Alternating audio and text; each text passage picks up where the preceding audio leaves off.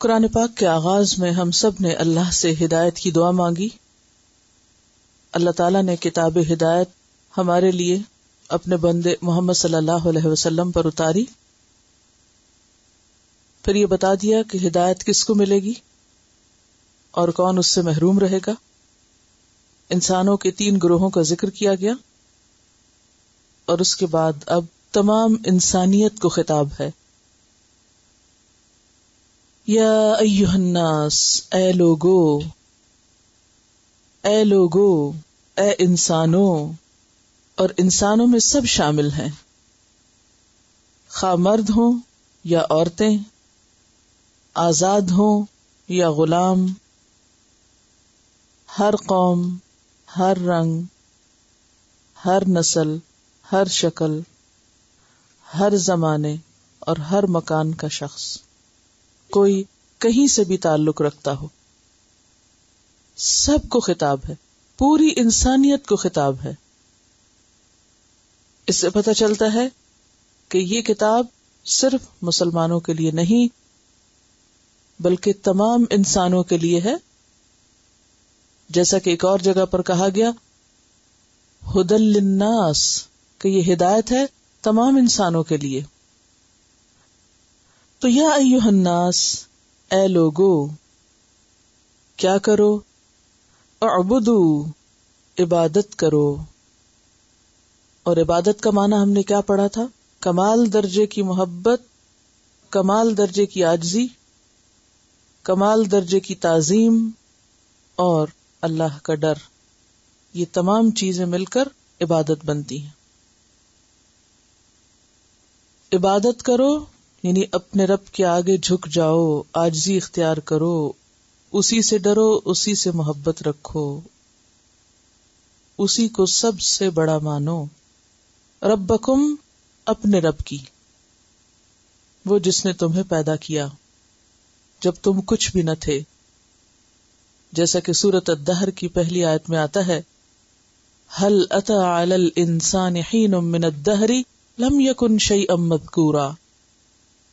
کیا انسان پر زمانے کا ایک وقت ایسا نہیں گزرا کہ جب وہ کوئی چیز نہ تھا، کوئی قابل ذکر چیز نہ تھا. لم يكن شيئا مذكورا انا خلقنا الانسان من نطفة امشاج نبتليه فجعلناه سميعا بصيرا. ہم نے انسان کو ایک مخلوط نطفے سے پیدا کیا تاکہ ہم اس کو آزمائیں، اور اس کے لیے ہم نے اس کو سننے اور دیکھنے والا بنایا. تو اے لوگو، اپنے رب کی عبادت کرو.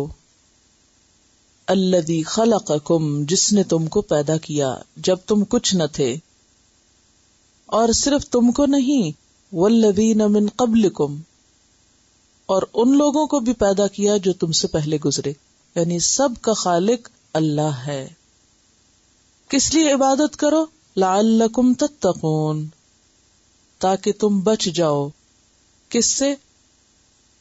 اللہ کی ناراضگی سے، گناہوں سے، جہنم سے، برے انجام سے. تو اے لوگو، اپنے رب کی بندگی کرو.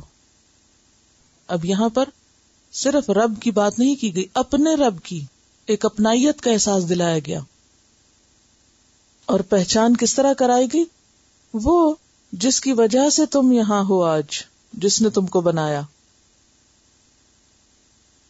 اور وہ عبادت کے لائق ہے اس لیے کہ اس نے ان کو بھی بنایا جو تم سے پہلے تھے، جب کوئی نہ تھا، جب تم بھی نہ تھے. اور اس عبادت میں اس کا فائدہ نہیں بلکہ تمہارا فائدہ ہے.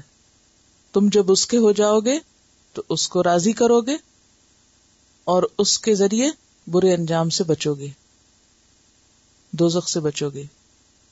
پھر رب کا مزید تعارف کرایا گیا. کون ہے وہ رب؟ الذی جعل لکم الارض فراشا، جس نے تمہارے لیے زمین کو ایک بچھونے کی طرح بنایا، فراش بنایا. زمین کو تمہارے لیے پھیلا دیا. اور فراش میں جیسے کہ پہلے میں نے عرض کیا تھا کہ بچھونے اور بستر کا معنی ہے. اب آپ ذرا بستر کو امیجن کریں کہ بستر انسان کو راحت بھی دیتا ہے، تھکاوٹ کے بعد، تکلیف کے بعد، کام کاج کے بعد. تو بستر کا تصور ہی انسان کے لیے ایک خوش کن تصور ہے.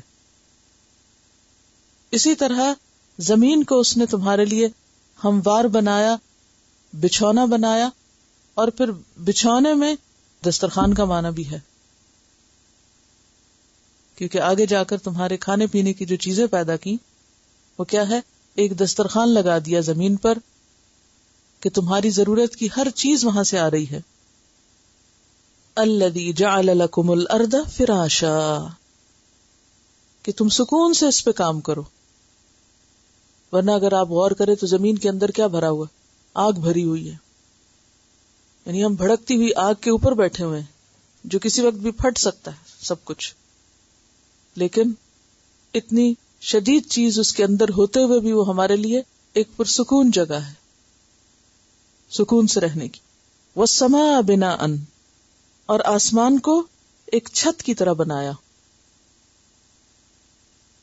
اور آسمان کو دیکھتے ہی انسان کے اندر ایک سکون کی سی کیفیت ہوتی، ایک پروٹیکشن کا احساس ہوتا ہے. یہ بھی تو ہو سکتا تھا نا کہ ہمیں اوپر کچھ بھی نظر نہ آتا، بس ایک خلا ہی خلا ہوتا، یعنی نیچے زمین تو ہوتی لیکن اوپر ہم دیکھتے تو سوائے ہوا کے کچھ ہمیں نظر نہ آتا، یعنی کوئی رنگ نہ ہوتا اس کا. جیسے بعض اوقات کبھی دھند ہوتی تو آپ نے دیکھا ہوگا کہ فضا میں کیسا رنگ ہوتا ہے. کوئی چیز جب نظر ہی نہیں آتی، کوئی رنگ ہی نظر نہیں آتا، تو کتنا ایک اداس سا منظر ہوتا ہے. تو یہ چھت جو ہے وہ تمہیں سکون بھی دیتی ہے، ایک پروٹیکشن جیسے دے رہی ہے. اور اس کو سقف محفوظہ کہا گیا ہے قرآن میں کہ محفوظ چھت ہے، کوئی خوف خطرہ نہیں ہے کہ تمہارے اوپر آ گرے گی. گھروں میں جو چھت ہوتی ہے اس کو دیکھ کے اکثر کیا خیال آتا ہے؟ یہ چھت کے اوپر جو چیزیں لگی ہوئی ہوتی ہیں ان کو دیکھ کے میرا خیال ہے ہر ایک کے ذہن میں یہ خیال ضرور آتا ہے کہ کہیں یہ پنکھا گرنا پڑے، کہیں کبھی یہ بلب نیچے نہ آ جائے. لیکن سورج کو دیکھ کے یا ستاروں کو دیکھ کے آپ کو شاید ہی کبھی خیال آیا ہو کہ یہ ستارے گرنا پڑے مجھ پہ، یہ سورج گرنا پڑے. تو والسماء بناء، آسمان کو چھت کی طرح بنایا، اور ایک پروٹیکشن کی چیز اور ایک سکون کی چیز اور ایک خوبصورت منظر والی چیز. وَأَنزَلَ مِنَ السَّمَاءِ مَاءً، اور اس آسمان میں کئی فائدے رکھے تمہارے لیے. اور سب سے بڑا فائدہ کیا؟ کہ وہاں سے پانی اتارا، جیسا کہ سورۃ نبا میں آتا ہے آیت نمبر 14 میں وَأَنزَلْنَا مِنَ الْمُعْصِرَاتِ مَاءً ثَجَّاجًا، کہ ہم نے بادلوں سے بکثرت بہتا ہوا پانی برسایا، خوب خوب بارش برسائی. سورۃ الواقعہ آیت نمبر 68-69 میں آتا ہے أَفَرَأَيْتُمُ الْمَاءَ الَّذِي تَشْرَبُونَ أَأَنْتُمْ أَنزَلْتُمُوهُ مِنَ الْمُزْنِ أَمْ نَحْنُ الْمُنزِلُونَ. اچھا یہ تو بتاؤ کہ یہ پانی جو تم پیتے ہو، یہ پانی جو تم پیتے ہو، اسے بادلوں سے تم اتارتے ہو یا ہم برساتے ہیں؟ یہ کس نے برسایا؟ یعنی اگر اللہ تعالی بادل تو لاتا اور پانی نہ اترتا تو ہمارے پاس کیا طریقہ تھا کہ ہم سب اوپر جا کے پانی لے آتے؟ تو وَأَنزَلَ مِنَ السَّمَاءِ مَاءً، اس طرف توجہ دلائی گئی، غور تو کرو، دیکھو تو صحیح کس طرح اس نے آسمان سے پانی اتارا ہے. فَأَخْرَجَ بِهِ، اور پھر صرف پانی اتار نہیں دیا، اس پانی سے تمہارے لیے سامان زندگی پیدا کیا، تمہارے رزق کا سامان کیا، اور کتنے بہترین رزق کا. فَأَخْرَجَ بِهِ مِنَ الثَّمَرَاتِ رِزْقًا لَكُمْ، تو اس نے زمین سے تمہارے لیے طرح طرح کے پھل نکالے جو تمہارے رزق کا کام دیتے ہیں. اور اس میں اگر آپ اس کو فروٹس کے معنوں میں لیں تو کتنے مختلف رنگ ہیں، ذائقے ہیں، خوشبوئیں ہیں، ان کے وزن، ان کے حجم، کوئی کھٹا ہے، کوئی میٹھا ہے، کوئی کسی طرح، کوئی کسی طرح، یعنی مختلف قسم کے پھل نکالے. اور اگر آپ ان کو باقی چیزوں کے معنوں میں لیں تو آپ دیکھیے کہ مختلف قسم کی جو دالیں ہیں یا گندم ہے یا چاول ہیں یا اور نباتات جو زمین سے نکلتے، پھر سبزیوں کی انواع و اقسام دیکھیے، پھر ہر علاقے کے مختلف پھل دیکھیے. تو من الثمرات یہ ساری چیزیں ثمرات میں آتی ہیں. پھر اسی طرح آپ دیکھیں کہ نہ صرف انسانوں کے لیے بلکہ اس کے علاوہ تمام جانور، پرند چرند درند، حتیٰ کہ حشرات الارض، ان کے لیے بھی رزق بنایا زمین میں، ان کے لیے بھی رزق پیدا کیا. اور پھر اس کے بعد آپ دیکھیے کہ زمین کے اندر اور کیا کچھ رکھ دیا، کتنی دھاتیں اور کتنی مختلف طرح کے خزانے زمین کے اندر چھپا دیے. فَأَخْرَجَ بِهِ، تو یہاں تو خاص طور پر بارش کا ذکر ہے کہ بارش کے ذریعے، آسمان سے اترے ہوئے پانی کے ذریعے اس نے تمہارے لیے زمین سے رزق نکالا. تو کس طرح آسمان اور زمین باہم ایک دوسرے سے تعاون کر رہے ہیں تمہارے فائدے کی چیزیں پیدا کرنے کے لیے، انسان کے رزق کا سامان کرنے کے لیے. اب دیکھیں کہ ایک پکا ہوا کھانا جو آپ کھاتے ہیں اس کے پیچھے بھی کتنی بڑی ایفرٹ ہوتی، لیکن وہ پکنے سے پہلے جس زمین سے آتا ہے اس میں آپ دیکھیے کہ صرف زمین کا ہی ہاتھ نہیں بلکہ آسمان کا بھی تعاون ہے، اور آسمان سے آنے والے بادلوں کا تعاون ہے، سورج کا تعاون ہے، جس سے مل کر وہ پھل زمین پہ پکتے ہیں یا سبزیاں پکتی ہیں، پھر وہ تمہارے کھانے کے قابل ہوتی ہیں. تو یہ سب کچھ تمہارے لیے کون کر رہا ہے؟ زمین پہ بسنے والا تو کوئی نہیں کر رہا کہ وہ آسمان کو بھی تمہاری خدمت میں لگا دے، بادلوں اور بارش اور باقی روشنی، ہوا، ہر چیز کو. یہ خود سے نہیں ہو رہا، کوئی ہے جو یہ سب کچھ تمہارے لیے کر رہا ہے. فَأَخْرَجَ بِهِ مِنَ الثَّمَرَاتِ رِزْقًا لَكُمْ فَلَا تَجْعَلُوا لِلَّهِ أَنْدَادًا. تو پھر عدل اور انصاف کی بات کرو، جس نے تمہارے لیے یہ سب کچھ کیا تم بھی صرف اس کی عبادت کرو. إِيَّاكَ نَعْبُدُ وَإِيَّاكَ نَسْتَعِينُ، اور اس کے ساتھ کسی اور کو شریک نہ کرو. اندادن کا لفظ جو ہے یہ ند سے ہے، نون دال دال، یعنی اللہ کے علاوہ کسی اور کو اس کی خدائی میں، اس کی الوہیت میں، اس کی ذات میں، اس کی صفات میں شریک مت کرو. وَأَنْتُمْ تَعْلَمُونَ، اور تم سب جانتے ہو کہ باقی سارے کام کون کر رہا ہے؟ اللہ ہی کر رہا ہے. تو جب ساری نعمتیں اس کی طرف سے آئی ہیں تو پھر تم آخر کسی اور کی طرف کیسے توجہ کر سکتے ہو؟ کسی اور کی عبادت بھلا کس طرح کر سکتے ہو؟ اسی لیے ہم دیکھتے ہیں کہ اگلی آیت میں رسول اللہ صلی اللہ علیہ وسلم کے لیے بھی لفظ عبد استعمال ہوا ہے کہ تم اللہ کے رسول کو بھی، جو اللہ کے حبیب ہیں، ان کو بھی اللہ کے ساتھ شریک نہیں بنا سکتے. اب آپ دیکھیے کہ عام طور پر تو ہم سب کہتے ہیں کہ نہیں، ہم اللہ کے ساتھ کسی کو شریک نہیں بناتے، لیکن بعض اوقات ہم اپنی گفتگو میں ایسے ایکسپریشن استعمال کر جاتے ہیں جن میں شرک کا شائبہ ہوتا ہے. اس کی وضاحت ایک حدیث سے ہوتی ہے. بخاری الادب المفرد کی حدیث ہے کہ ایک شخص نے آپ صلی اللہ علیہ وسلم سے کہا کہ جو اللہ چاہے اور جو آپ چاہیں، جو اللہ چاہے اور جو آپ چاہیں. تو آپ نے فرمایا، کیا تو مجھے اللہ کے ساتھ شریک ٹھہراتا ہے؟ یوں کہو کہ جو اللہ اکیلا چاہے، کیونکہ وما تشاءون الا ان یشاء اللہ رب العالمین. تمہارے چاہنے سے کیا ہوتا ہے جب تک کہ اللہ نہ چاہے، جو رب العالمین ہے. تو اگر کوئی شخص یہ کہے جو اللہ چاہے اور جو آپ چاہیں، تو یہ ایک شرک کا جملہ ہے. ایسا کہنا درست نہیں. لیکن ہم عام طور پر کتنی بے سمجھی سے کام لیتے ہیں. ہم کیا کہتے ہیں؟ جو اللہ کی مرضی، جو آپ کی مرضی، اللہ کے حوالے اور آپ کے حوالے. کہتے نہیں یہ باتیں، اللہ کا آسرا اور تمہارا آسرا. یہ سب شرکیہ جملے ہیں.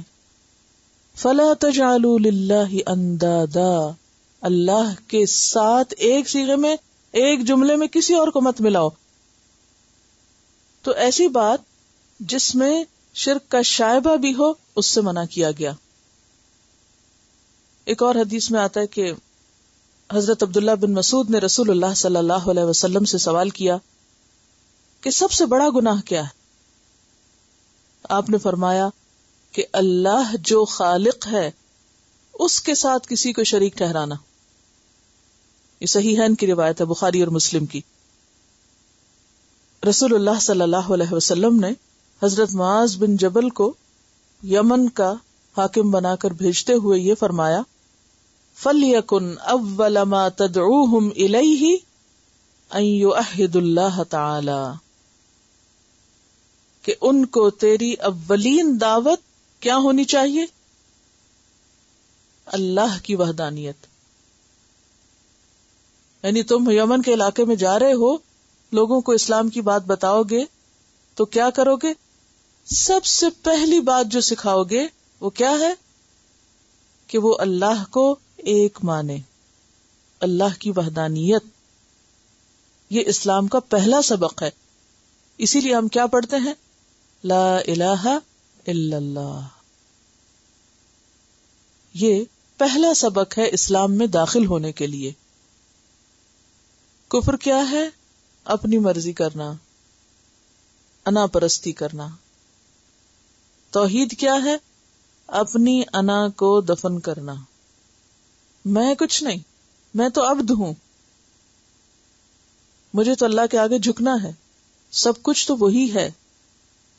اور اسی طرح اپنے بعد کسی بھی دوسرے انسان کو، کسی بھی دوسری مخلوق کو عظمت کے مقام سے ہٹا کر سب سے اوپر اللہ کو رکھنا.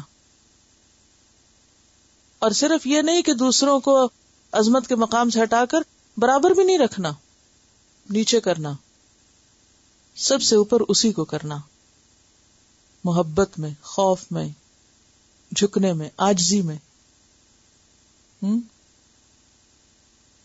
توکل میں، بھروسے میں، ہر چیز میں سب کچھ اسی کو سمجھنا اور کسی اور کو اس کے اندر شریک نہ کرنا.